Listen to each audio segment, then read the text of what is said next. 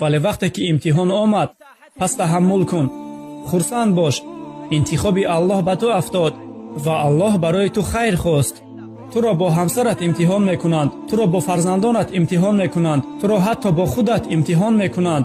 имтиҳони ту ба дороият ва наздикони дӯстдорат дахл дошта метавонад. туро бо саломатият имтиҳон мекунанд. ту дар аввал саломат будӣ ва ногаҳ беморӣ фарӯ расид, баъди бардамӣ заифӣ фарӯ расид, баъди ҷавонӣ пиронсолӣ фарӯ расид. дар аввал завҷаат туро дӯст медошт, ҳоло бошад ӯ ба ту нафрат дорад. ин имтиҳон аст. дар аввал фарзандат аз гапи ту намебаромад, ҳоло бошад ӯ туро нофармонӣ мекунад. ин имтиҳон ва мусибат аст. ту дар аввал бойгарӣ зиёд доштӣ, ҳоло бошад аз чандин нафар қарздорӣ. ин имтиҳон аст ва ин ҳама раҳмати Аллоҳ азза ва ҷал мебошад.